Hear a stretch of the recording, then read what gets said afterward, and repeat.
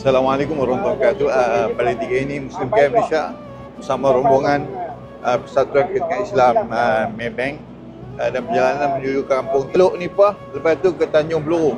Tanjung Peluru untuk misi bantuan kemanusiaan Tanah Sari.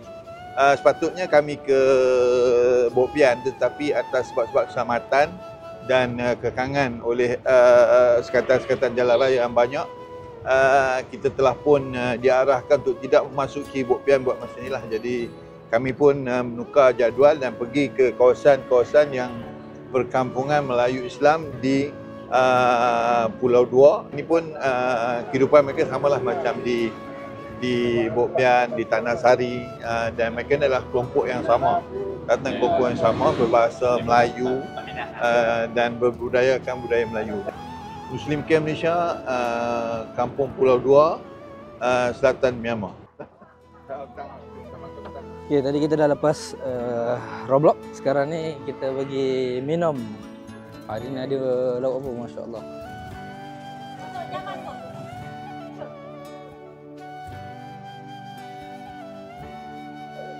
Tu dia. Tu dia ni. Makan laksa. Laksa Melayu. Sepuluh Batu, Kampung Sepuluh Batu. Kedai makan Maklong kot. Habis kurang aku tu lah. Dia ada orang dah. Dia jamu apa ni, laksa ala-ala siam kata dia. Buh dengan apa? Lobak. Tapi laksa dia macam bihun. Kuah sama ada. Kuah dia macam kuah laksam. Nah, rasa ikan lah. Tapi dia tak sedap.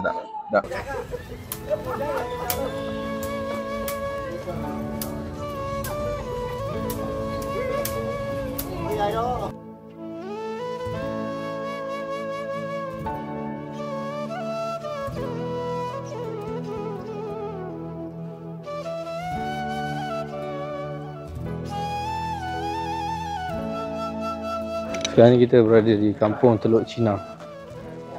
Kampung Teluk Cina yang mana kita tengah ziarah sekarang ni Pondok Teluk Cina.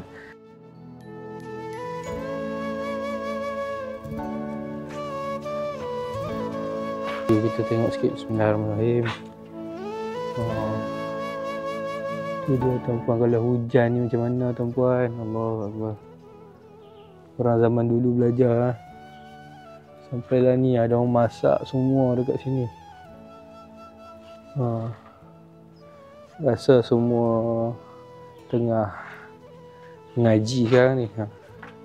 Dan tinggal gitu je. Jadi banyakkanlah bersyukur kita ni, ya Allah. Di sini masih ada lagi pondok-pondok berusia puluh tahun.